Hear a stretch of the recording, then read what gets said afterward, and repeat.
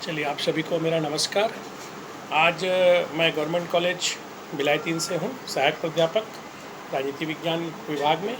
हम शुरू करेंगे। आज हम छत्तीसगढ़ के सामाजिक चिंतकों पर बात करेंगे, जिसमें सबसे पहले महान चिंतक पंडित सुंदरलाल शर्मा हैं। इसमें हम जीवन परिचय और सामाजिक सुधार में उनकी भूमिका, राजनीतिक क्षेत्र में भूमिका और साहित्य के क्षेत्र में भूमिका पर चर्चा करेंगे। सुंदरलाल शर्मा जो है बहुआयामी व्यक्तित्व के धनी थे। छत्तीसगढ़ के एक ऐसे सपूत हैं और ऐसे एक दुर्लभ व्यक्तित्व हैं जिनकी राजनीतिक क्षेत्र में, सामाजिक क्षेत्र में और साथ ही साथ एक अद्वितीय और एक लब्ध प्रतिष्ठित साहित्यकार भी थे। ये ऐसे बहुआयामी व्यक्तित्व पूरे इतिहास में बहुत ही दुर्लभ जो है हमारे देखने को मिलता है। छत्तीसगढ़ का गौरव है कि ऐसे व्यक्तित्व जो है इनका जन्म हमारे छत्तीसगढ़ में हुआ है। छत्तीसगढ़ जो है, इनका जन्म, जीवन परिचय अगर मैं बताऊं तो इनका जन्म जो है राजिम में 1881 में राजिम के चमसूर नामक गांव में इनका जन्म हुआ है।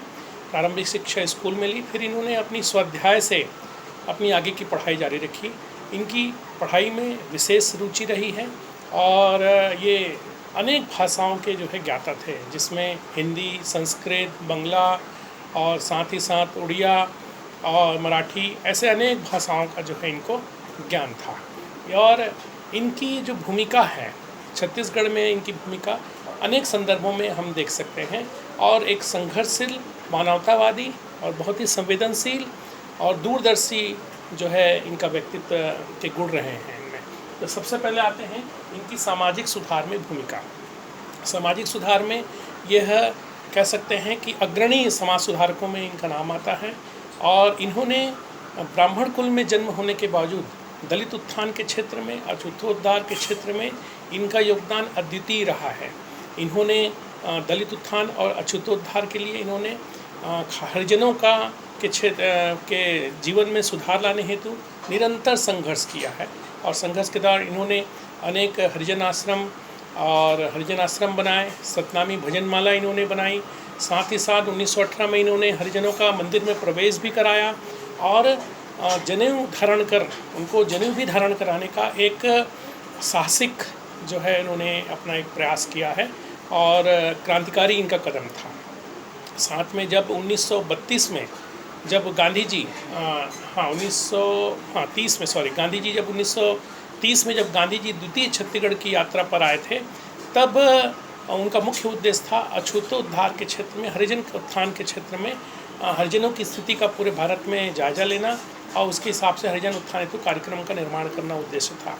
जब वो दूसरी बार छत्तीसगढ़ आए, तब वह जब छत्तीसगढ़ में आए तो उन्होंने गुरु घासीदास जी के सुंदरलाल शर्मा जी के जब कार्यों को उन्होंने देखा कि उन्होंने आश्रम बना के रखे हुए हैं, उन्होंने मंदिर प्रवेश कराया है, इनके कार्यों को देखते हुए बहुत ज़्यादा प्रभावित हो गए और उन्होंने एक सम्मेलन में, धमतरी में सम्मेलन में गांधी जी ने पंडित सुंदरलाल शर्मा को अछूतोद्धार के क्षेत्र में अपना गुरु जो है स्वीकार किया। ये छत्तीसगढ़ के लिए बहुत गौरव की बात है कि हमारा ऐसा व्यक्तित्व जो है हमारे प्रदेश में उनका जन्म हुआ है।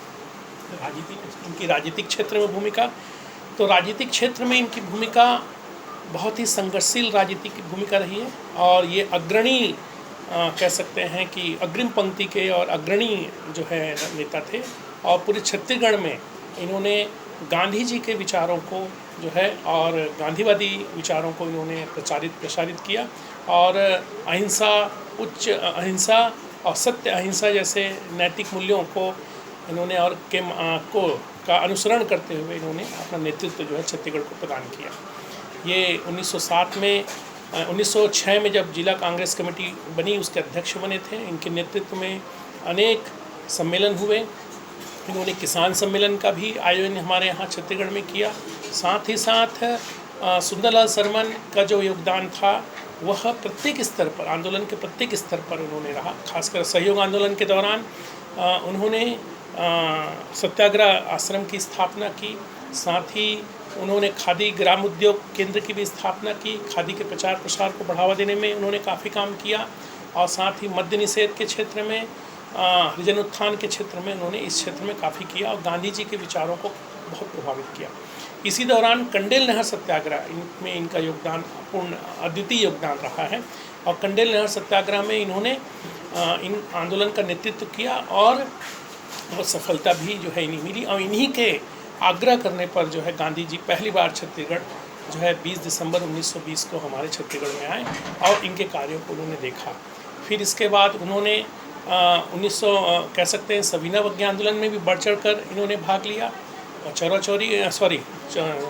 मतलब बढ़कर भाग लिया। इसी दौरान रुद्री नवागांव जंगल सत्याग्रह हुआ। इस जंगल सत्याग्रह में इन्होंने नेतृत्व कर आदिवासियों के हितों की रक्षा कर ली है और नए वन अधिकार कानूनों के खिलाफ एक शांतिपूर्ण ढंग से अहिंसात्मक तरीके से गांधीवादी तरीके से इन्होंने संघर्ष का रास्ता अपनाया और इन्हें जो है सफलता जो है प्राप्त हुई। तो ये मतलब सुंदरलाल शर्मा जी जो हैं कह सकते हैं कि इनके पूरे गांधीवादी मूल्यों पर केंद्रित है, इसलिए इन्हें छत्तीसगढ़ का गांधी भी कहा जाता है और इनका योगदान हर स्तर पर जो है देखने में मिलता है। फिर उसके बाद आते हैं साहित्य के क्षेत्र में इनकी भूमिका। तो इनकी भूमिका जो है साहित्य के क्षेत्र में इनकी भूमिका अद्वितीय रही है। एक लब्ध प्रतिष्ठित और बहुत ही प्रतिभावान और बहुत ही संवेदनशील जो है साहित्यकार रहे हैं। छत्तीसगढ़ का पहला प्रबंध काव्य जो है छत्तीसगढ़ दान लीला इन्होंने लिखी है। इसके अलावा इन्होंने जो है अनेक पुस्तकों की रचना की, जिसमें सतनामी भजनमाला है, पत्र पत्रिकाओं में जैसे जेल पत्रिका इन्होंने निकाली है। इसकी प्रमुख पुस्तकों में जैसे करुणा पच्चीसी है और करुणा पच्चीसी इनकी प्रमुख पुस्तकें हैं, ध्रुव चरित है ना, और ऐसे अनेक किताबों का इन्होंने रचना किया है और इनका साहित्य में योगदान अद्वितीय योगदान है। इन्होंने संस्कृत शिक्षा के क्षेत्र में संस्कृत पाठशाला इन्होंने पहली संस्कृत पाठशाला राजिम में स्थापित की है। साहित्यकारों को संगठित करने, उनको संरक्षण देने, उनको करने के लिए कवि समाज नामक संगठन की स्थापना की है। स्वदेशी प्रचार केंद्र और स्वदेशी शिक्षा को बढ़ावा देने हेतु इन्होंने राष्ट्रीय विद्यालय की भी इन्होंने स्थापना में इनकी भूमिका रही और वहाँ भी अपनी सेवाएं इन्होंने दी है।